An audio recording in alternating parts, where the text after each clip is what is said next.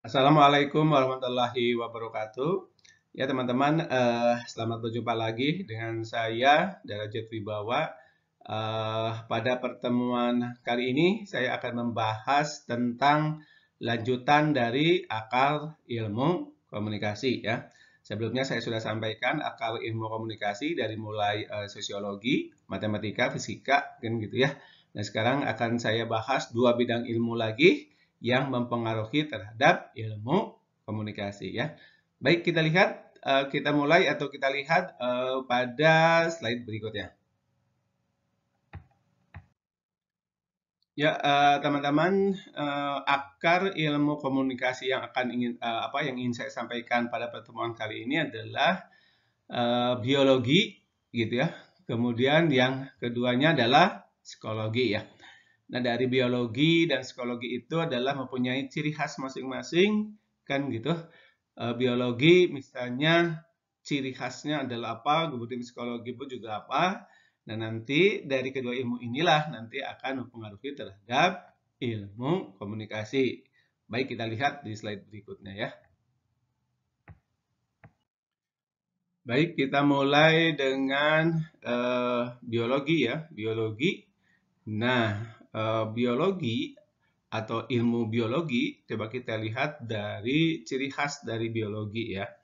Nah, biologi ini mempunyai ciri khas tentang makhluk hidup atau biologi mempelajari tentang ilmu makhluk hidup ya, makhluk hidup. Nah, berikutnya ciri khas dari biologi itu setiap embrio, maksudnya di diri manusia gitu ya, di setiap individu manusia itu ada yang disebut dengan apa namanya embrio itu bakal anak ya. Ketika calon anak pun juga embrio itu terdiri dari 46 kromosom ya. Nah ini. Nah kromosom dari satu kromosom itu juga memiliki berjuta-juta gen. Apa itu gen? Yaitu pembawa sifat kan gitu ya, pembawa sifat.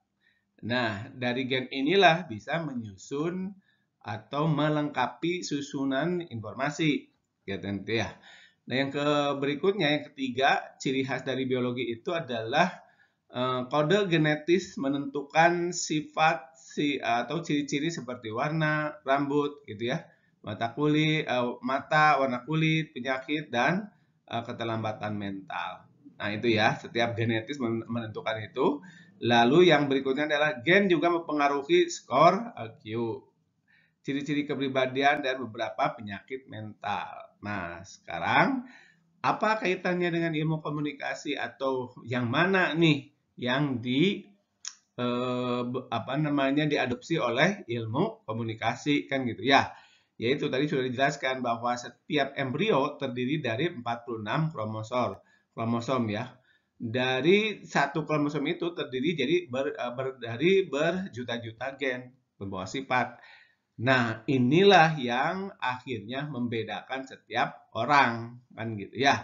Setiap orang, orangnya dari mulai warna kulit gitu ya, kemudian cara berpikir gitu ya. Nah, di sini pun juga mempengaruhi terhadap pola komunikasi.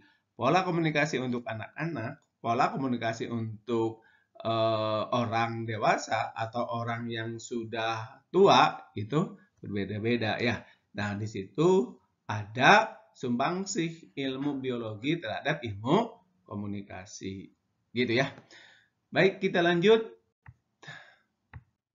Ya, efek lain dari gen itu juga bukan pada orang tersebut, namun pada bagaimana mereka belajar dan berkembang. Nah, belajar dan berkembang inilah mempengaruhi terhadap ilmu komunikasi, gitu ya. Dan gen juga bisa menimbulkan rasa keingintahuan, gitu ya, terhadap informasi yang baru berdasarkan pengalaman di situ ya. Jadi setiap orang itu pasti akan mencari informasi-informasi yang baru. Nah, itu semua berasal dari gen yang dibawa oleh setiap individu. Makanya ada individu yang memang aktif mencari informasi, ada juga yang biasa-biasa saja. Nah, itulah yang berkontribusi dari ilmu biologi terhadap ilmu komunikasi. Baik, kita lanjut ke slide berikutnya. Oke, baik, kita lanjut dengan ilmu psikologi. Kan kita ilmu psikologi mempengaruhi terhadap ilmu komunikasi, ya. Ilmu psikologi ciri khasnya adalah ilmu yang mempelajari tentang tingkah laku individu, kan gitu ya. Tingkah laku individu. Kalau individu berarti hanya seorang, tingkah laku seorang, kan gitu ya. Kalau misalnya lebih dari satu, itu adalah psikologi sosial biasanya ya, karena kalau lebih dari satu itu adalah sudah ada interaksi antara satu dengan yang lainnya. Nah, kalau sudah ada interaksi, berarti di situ ada ilmu sosiologi. Kan ciri khas dari sosiologi itu adalah interaksi ya, salah satunya. Yang minggu sebelumnya sudah saya sampaikan mengenai itu. Tetapi saya sebelum menyampaikan bagaimana sih sebetulnya kontribusi psikologi ini terhadap ilmu komunikasi, nah kita lihat dari sejarah pertumbuhan psikologi nih, psikologi gitu ya. Psikologi itu bisa dikaitkan menjadi atau bisa dikategorikan dalam dua kategori gitu ya, menjadi ilmu tersendiri dan masih ikut dengan ilmu yang lain gitu ya. Nah, ilmu biasanya psikologi itu awalnya dari ilmu fisika, gitu ya. Nah, tadi sudah disampaikan bahwa ilmu psikologi itu bisa kita lihat dari dua hal. Yang pertama adalah sebelum tahun 18 ini ya, 18 sebentar saya ini dulu. Garis bawah ini. 1879 nih. Sebelum tahun 1879 dan setelah tahun 1879. Tandanya apa? Tandanya itu adalah berdirinya laboratorium psikologi nih oleh ini Wilhelm Wundt. Nah, ini ya. Di mana? Di Leipzig ini. Leipzig ya, bukan Leipzig. Leipzig. Ini ya. Nah, sebelum tahun 1879, psikologi itu termasuk dalam ilmu faal atau ilmu filsafat ini. Ya.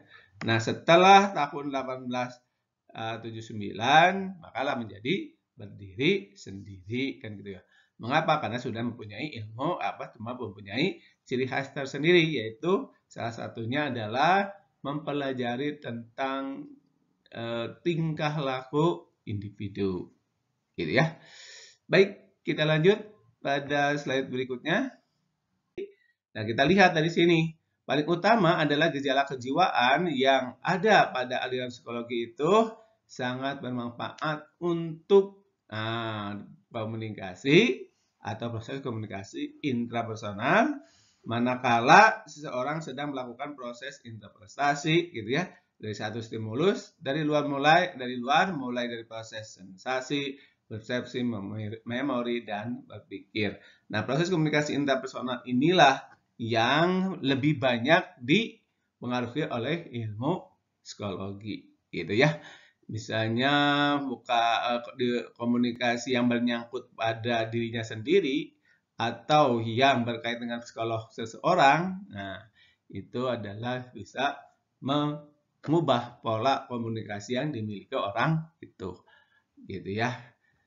Oke, baik.